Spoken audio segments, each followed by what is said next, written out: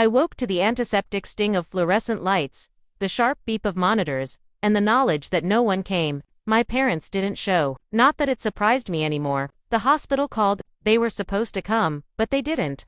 From my hospital bed, I scrolled through my phone. My sister's face lit up the screen. A picture smiling, a picnic blanket, sunshine, ice cream cones, family day without the drama. She captioned it. My chest tightened. Months of paying them $700 a week all the way until last Tuesday, and they couldn't even bother to sit by my side. And she, my sister, was showing off a perfect day I wasn't invited to. I should have cried. I didn't. I cataloged it. Every detail, every smile in that photo became a ledger entry in my mind. Betrayal has a smell, and I smelt it then, sharp as bleach. I remember when it was different, when I was the one she'd call first. When she trusted me with secrets I held like sacred objects. We laughed over coffee, swapped stories, leaned on each other when the world tilted. Love doesn't make betrayal easier, it makes it more corrosive. The first sign was subtle, a change in tone, a whispered conversation ending abruptly when I entered the room. The way she'd mention money almost casually, almost carelessly. Then the text I intercepted months later. I need him to sign. I need the money. Otherwise, the house. I read it 3 times before it landed. They needed me to bail them out. After everything, after the lies, the abandonment, I didn't feel rage. Not yet. I felt a cold, steady calculation.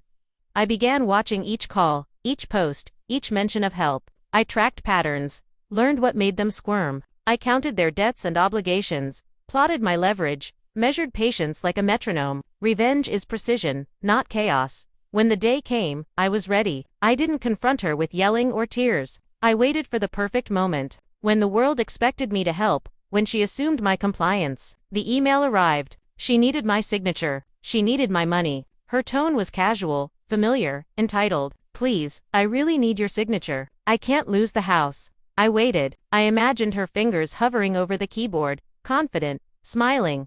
I sent the reply she never expected. No drama. No signature. No $700. Then I sent the post. The picnic photo. Her own words. Her own smugness. I watched the read receipts confirm it. I didn't need to say anything else. I didn't need to explain. The image said everything. I didn't just refuse her. I reminded her exactly who had ignored me and who had been ignored for months. Every slight, every absence, every betrayal mirrored back at her in a single moment. I watched the messages flood in afterward. Excuses, indignation, panic. She tried to negotiate, beg, charm. None of it worked. I had no desire to relive what I'd endured. I had no desire to let her manipulate me again. This time, the power was mine, and I wielded it with surgical precision. I thought about my parents, too, the ones who had sat out my collapse while I paid for their comfort. I remembered their absence, their passive approval of her antics, the quiet complicity that had cost me months of unpaid attention, months of hurt. I didn't need to confront them. The withdrawal of support, the careful distancing had already done the work.